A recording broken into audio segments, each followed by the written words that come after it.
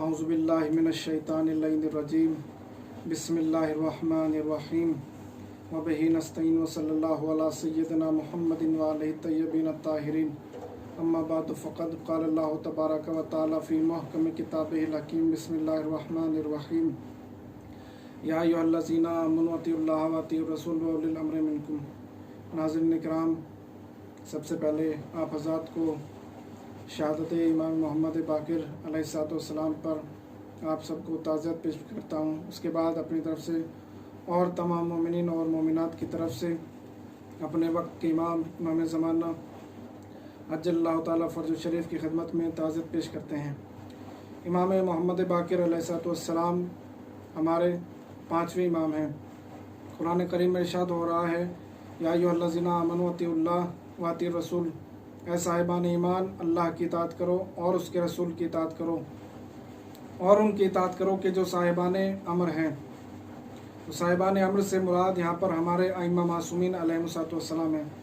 तो उन्हीं आइम्मा में से एक हमारे पाँच इमाम मोहम्मद बाक़िर अलैहिस्सलाम हैं कि खुदावंद आलम ने जिनको हमारा पाँच इमाम कायम मकाम बनाकर इस कायनात में भेजा।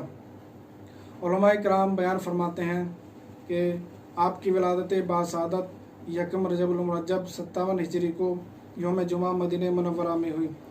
आपकी वालिदा गिरामी जनाब फ़ातिमा बिनते इमाम हसन अलैहिस्सलाम हैं और आपके वालिद गिरामी इमाम ज़ैनुल आबिदीन इब्न इमाम हुसैन अलैहिस्सलाम हैं। यानी इसका मतलब यह है कि हमारे तमाम मासूमीन में, तमाम आइम्मा में इमाम मोहम्मद बाक़िर अलैहिस्सलाम एक मुनफरिद वो शख्सियत हैं कि जिन्हें नजीबुत तरफ़ैन होने का शरफ़ हासिल हुआ। यानी आपके दादा भी इमाम हैं और आपके नाना भी इमाम हैं।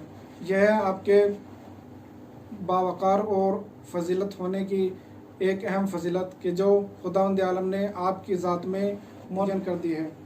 आपके इसमें गिरामी क्या है? उलमाए किराम बयान फरमाते हैं कि आपकी विलादत के बाद पैगम्बर इस्लाम ने अपनी ज़िंदगी में ही आपने पाँचवें नायब का नाम मोहम्मद करार, आपके इसमें गिरामी मोहम्मद है और आपका लक़ब बाक़िर है और शाकिर है। और आपके इल्म व कमाल की कोई हद नहीं है, बल्कि जिस तरह हमारे तमाम आइम्मा इल्म लदुन्नी के मालिक हैं, इसी तरह हमारे पाँच इमाम मोहम्मद बाक़िर अलैहिस्सलाम इल्म लदुन्नी के मालिक हैं। उलमाए किराम बयान फरमाते हैं कि आपके दौर में बादशाह कितने थे? तो उलमाए किराम दौर में आपके ज़माने हयात में 10 बादशाह वक्त गुज़रे हैं। जिसके दौर में आप पैदा हुए 57 हिजरी में, उस वक्त माविया बिन अबू सुफियान के दौर हुकूमत था। उसके बाद यजीद बिन माविया और उसके बाद माविया बिन यजीद, इसी तरह और बहुत सारे खलीफा आपके दौर में रहे हैं। इसी तरह उलमाए किराम बयान फरमाते हैं, एक मरतबा आप हज करने के लिए गए। 7 साल की उम्र में आपको हज होने का शरफ़ हासिल हुआ और जब हिशाम बादशाह बना तो उसने हज पर गया और जाने के बाद उसने वहाँ पर देखा कि इमाम मोहम्मद बाक़िर अलैहिस्सलाम आए हुए हैं। तो उसने सोचा कि मैं इमाम मोहम्मद बाक़िर अलैहिस्सलाम को जलील करूँगा। उसने अपना एक फ़रिश्तादा, अपना एक ग़ुलाम इमाम की तरफ भेजा और उनसे पूछा, सवाल का जवाब पूछना चाहा। अपने ग़ुलाम को कहकर भेजा कि इमाम से पूछ कर आओ कि उसने कहा कि जब आलम महशर बर्पा होगा तो उस वक्त मोमिनीन क्या खाएंगे और क्या पीएंगे। तो इमाम मोहम्मद बाक़िर अलैहिस्सलाम ने कहा कि जिस वक्त आलम महशर होगा, हिसाब व किताब से कबल मोमिनीन जन्नत के बागात में से फल खाएंगे और वहाँ का पानी पिएंगे। तो उसने कहा कि यह कैसे हो सकता है, क्या कि जिसमें है कि जिस वक्त आलम महशर बर्पा होगा, न किसी को खाने की फ़िक्र होगी, न किसी को पीने की फ़िक्र होगी, न किसी को अपने बाप की, ना माँ की, किसी की फ़िक्र ना होगी। उस वक्त हो का आलम होगा। तो इमाम ने फरमाया कि क्या तूने कुरान की दूसरी आयत नहीं पढ़ी कि जिसमें जहन्नुम के अफराद जन्नत वालों से कहेंगे कि हमें भी कुछ खाने के लिए दे दीजिए।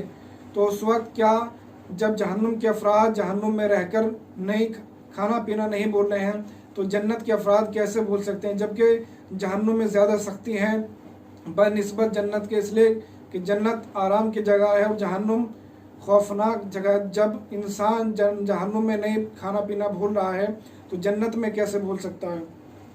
اسی طرح علماء کرام بیان فرماتے ہیں کہ امام محمد باقر علیہ السلام کا شاگرد ابو حنیفہ اہل سنت کا امام، تمام اہل سنت اور تمام اہل تشیع نے اس بات کو قبول کیا ہے کہ ابو حنیفہ نے جو علم حاصل کیا ہے وہ ہمارے پانچ امام محمد باقر علیہ السلام سے حاصل کیا ہے اور چھٹے امام جعفر صادق علیہ السلام سے حاصل کیا ہے۔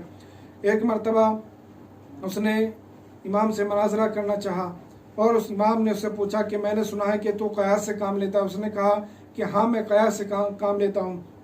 امام نے فرمایا کہ بتا قتل زیادہ بڑا گناہ ہے یا زنا زیادہ بڑا گناہ ہے؟ اس نے کہا قتل زیادہ بڑا گناہ ہے۔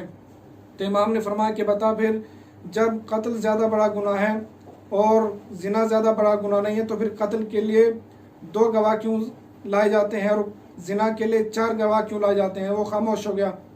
اس کے بعد امام نے پھر سوال کیا کہ یہ بتا کہ نماز افضل ہے یا روزہ افضل ہے؟ اس نے کہا نماز افضل ہے۔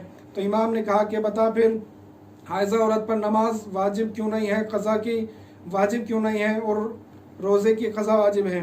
اس کے بعد وہ خاموش ہو گیا۔